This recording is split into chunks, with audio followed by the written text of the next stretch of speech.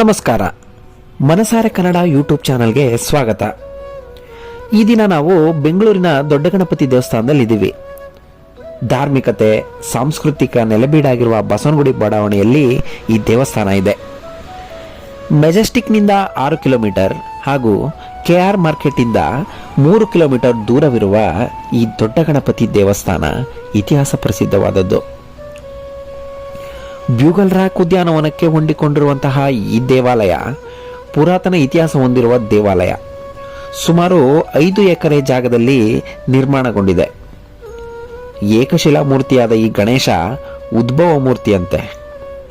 ಸುಮಾರು 11 ಅಡಿ ಉದ್ದ, 16 ಅಡಿ ಅಗಲ ಇರೋ ಈ ವಿಗ್ರಹವನ್ನು ಬೆಂಗಳೂರು ನಿರ್ಮಾತೃ ಕೆಂಪೇಗೌಡರವರು ಕ್ರಿಸ್ತಶಕ 1536ರಲ್ಲಿ ನಿರ್ಮಿಸಿದ್ದಾರೆ.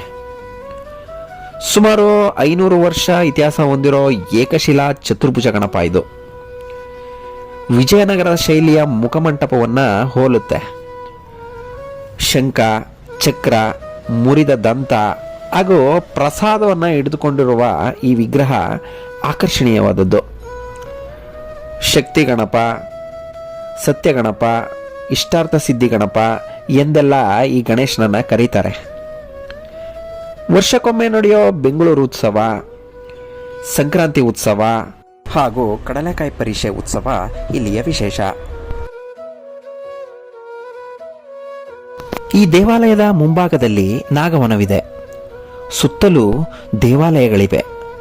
ಪ್ರಸನ್ನಾಂಜನೇಯ ದೇವಾಲಯ, ಬೇಡರ ಕಣ್ಣಪ್ಪ ದೇವಾಲಯ, ರಂಗನಾಥ ಸ್ವಾಮಿ, ಸತ್ಯನಾರಾಯಣ ದೇವಾಲಯ ಎಲ್ಲವೂ ಒಂದೇ ಜಾಗದಲ್ಲಿ ನಿರ್ಮಿತವಾಗಿರುವುದು ವಿಶೇಷ.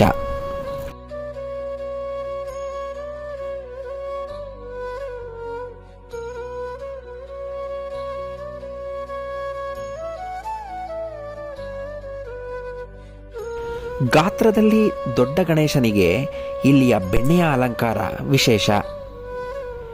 ಇಲ್ಲಿ ಪ್ರತಿ ವಾರವೂ 2 ಬಾರಿ ಬೆಣ್ಣೆಯ ಅಲಂಕಾರ ನಡೆಯುತ್ತೆ. ಇದು ಇಲ್ಲಿಯ ವಿಶೇಷ. ಬೆಣ್ಣೆ ಅಲಂಕಾರಕ್ಕೆ ಸುಮಾರು 100 kg ಬೆಣ್ಣೆ ಬೇಕಾಗತ್ತಂತೆ ಹಾಗೂ ಸುಮಾರು 8 ತಾಸುಗಳು ಅಲಂಕಾರಕ್ಕಾಗಿ ಮೀಸಲಿಡಬೇಕಾಗುತ್ತೆ. ಅಭಯ ಗಣೇಶ ತಾನಾಗೆ ಉದ್ಭವಗೊಂಡ ಗಣಪತಿ ನಿತ್ಯ ಸಾವಿರಾರು ಭಕ್ತರು ಗಣೇಶನ ಕೃಪೆಗೆ ಪಾತ್ರರಾಗ್ತಾರೆ. ಪ್ರತಿಷ್ಠಿತ ಮತ್ತು ಹಳೆಯ ಬಡಾವಣೆಗಳಾದ ಬಸವನಗುಡಿ ಈ ಇತಿಹಾಸ ಪ್ರಸಿದ್ಧ ದೇವಾಲಯಕ್ಕೆ ಸಾಕ್ಷಿಯಾಗಿದೆ.